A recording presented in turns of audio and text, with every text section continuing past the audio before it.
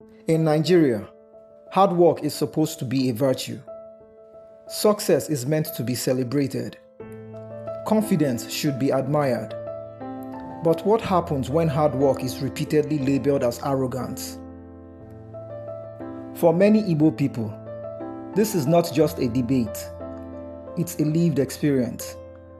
From markets to boardrooms, campuses to construction sites, Igbo success is often viewed as suspicion, framed as pride, or dismissed as too loud, too aggressive, or arrogant. So the question is simple but uncomfortable. Why does diligence become arrogant when the Igbos succeed?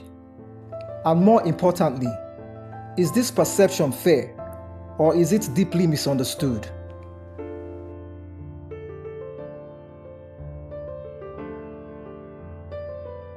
To understand this dilemma, we must start with history.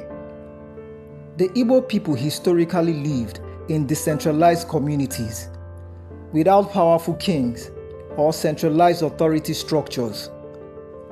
Survival depended heavily on personal effort, family reputation, and achievement.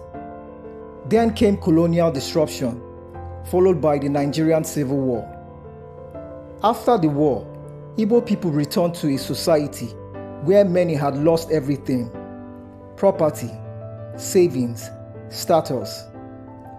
With limited state support, the only reliable safety net was hard work. This experience embedded a powerful belief: if you don't build it yourself, no one will.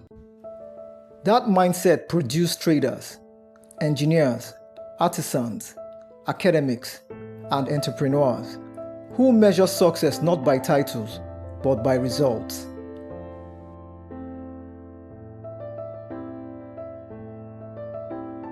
Hard work alone doesn't attract criticism. Visibility does.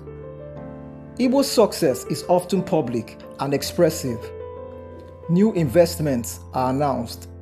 Progress is shared. Achievements are displayed. In many cultures, success is expected to be quiet. But in Igbo culture, success is often communal and symbolic, a signal that effort pays off. Unfortunately, this visibility can be misread. Confidence becomes showing off. Ambition becomes desperation. Self-belief becomes arrogance. But here's the reality. When people come from scarcity, they don't whisper their wins, they announce their survival.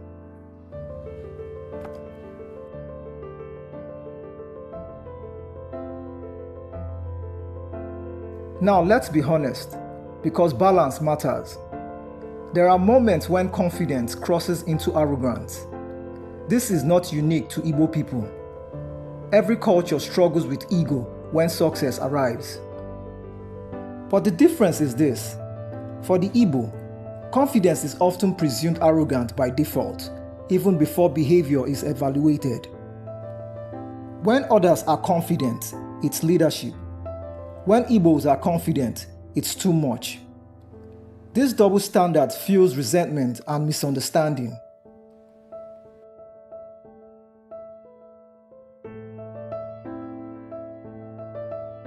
Interestingly, the pressure doesn't only come from outside. Within Igbo society, success carries heavy expectations. You must support extended family. You must contribute to your village. You must uplift others. Failure to do this can also label someone as arrogant, even among their own people. So Igbo individuals often walk a tightrope. Be successful, but not too successful. Be confident, but remain humble. Achieve, but never forget where you came from.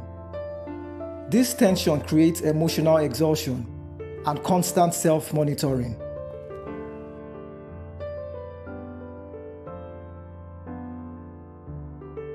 Media narratives play a huge role. Movies, social commentary, and even casual jokes have reinforced the idea of the arrogant Igbo businessman or the loud successful trader.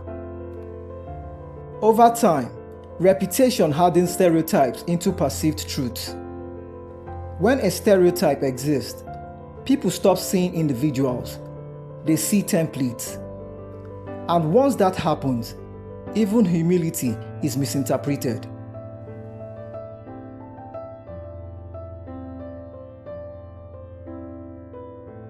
So, what's the solution? First, we must separate confidence from arrogance.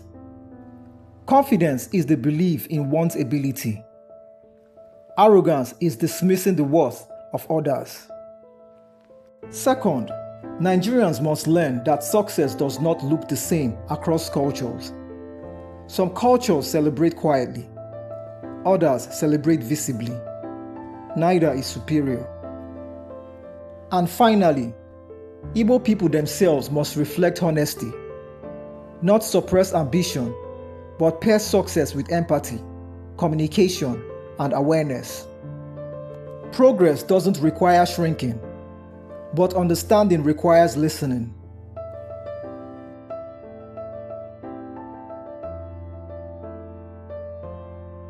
When hard work becomes labeled as arrogance, society risks punishing diligence and discouraging excellence.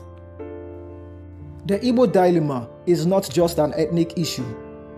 It's a national conversation about how we perceive success, confidence, and cultural expression.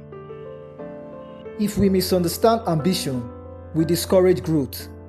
If we mislabel confidence, we create division. So maybe the real question isn't whether Igbo hard work is arrogance, but whether we are comfortable with visible success. What do you think?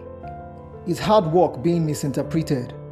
Or is there a cultural lesson we all need to learn?